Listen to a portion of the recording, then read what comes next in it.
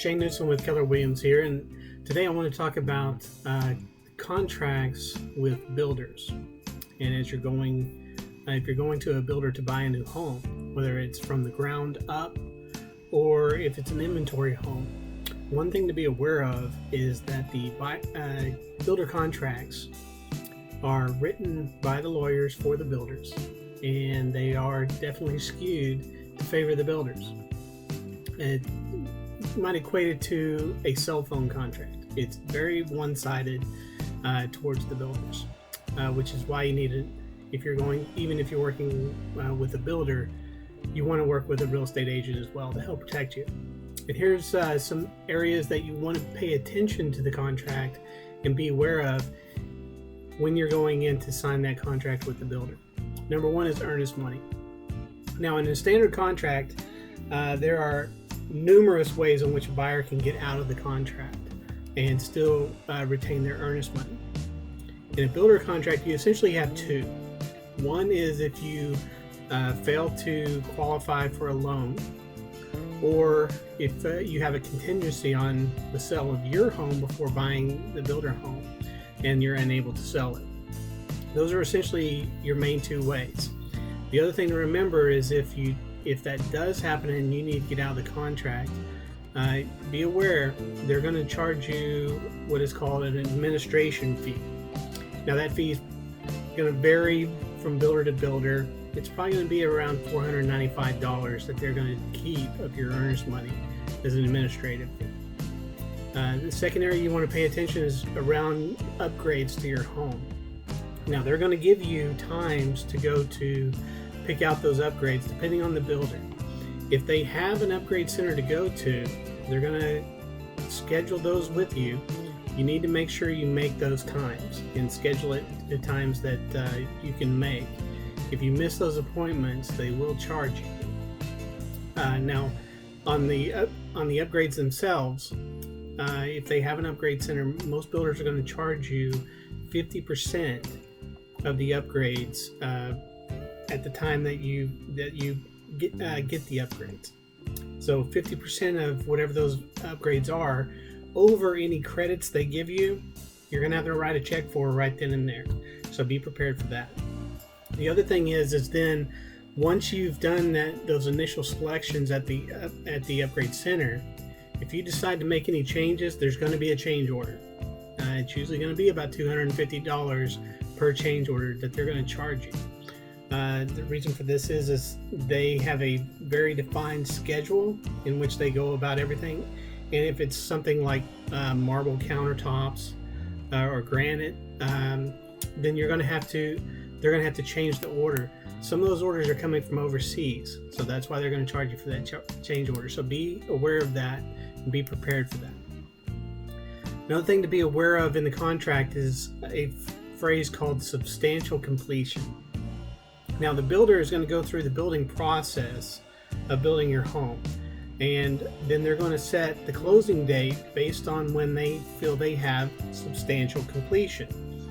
Now, there may still be a couple of items left on your punch list, but if it's what they deem substantially complete and they set a closing date, they're going to stick to that closing date.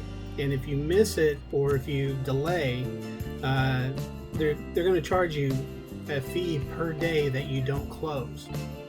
So you want to make sure when you do your walkthroughs that you're very complete on the walkthroughs, making sure you identify everything. And if they ask you to sign something, make sure everything that should be on the punch list is written down on it before you sign. Don't sign a blank one if they say they'll fill it out later. Don't do that. Make sure it's filled out before you sign it, and so that everything on your punch list is documented, so that substantial completion includes everything you're wanting to have done on your punch list. Okay?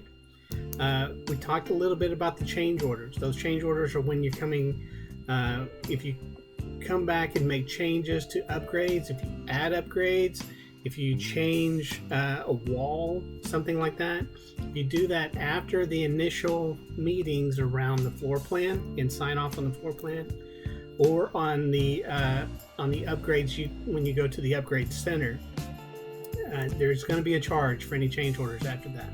So you want to be very careful and make sure that when you go to that upgrade center and look at those items, that what you're deciding you're good with. You want that to be your final decision, because they will go back and they'll charge you.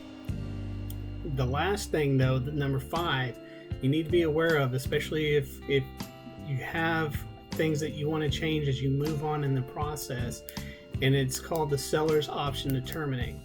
It's going to be in every one of the contracts that builders write, and what it basically is it's the builder's out clause.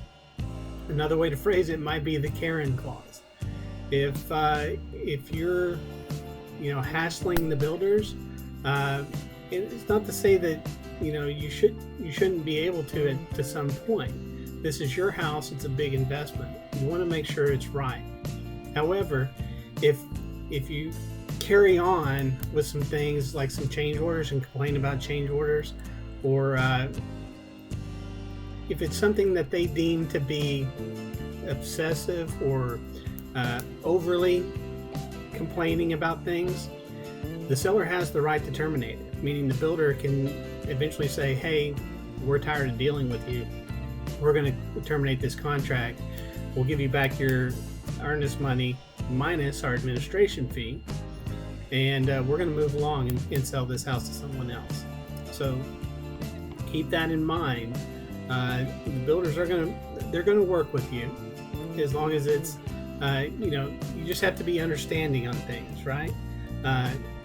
Just don't pester them about changes or things you don't like throughout the process, because that seller's option to terminate is there, and they can terminate at any time. So those are 5 things to be aware of if you're dealing with a builder with a new contract. Buying a new home is great. It has several benefits as opposed to buying an existing home. One is the warranties you're going to get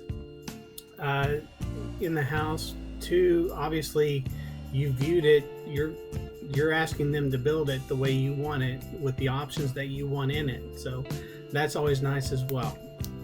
So there are benefits there, but those are 5 things to be aware of when you're building a new home or purchasing a new home from a builder. Hope you like this video. If you do, hit like on the screen. If you're on YouTube, subscribe to our channel, and leave any comments you'd like in the bottom. I'll read those, and if you have any topics that you'd like covered, we'll be sure to try to cover those in future videos. And this won't be the only video we talk about with builders. We'll have several of those, and we'll have a number of other real estate topics coming up. All right. Hope you're having a great day, and we'll talk to you soon.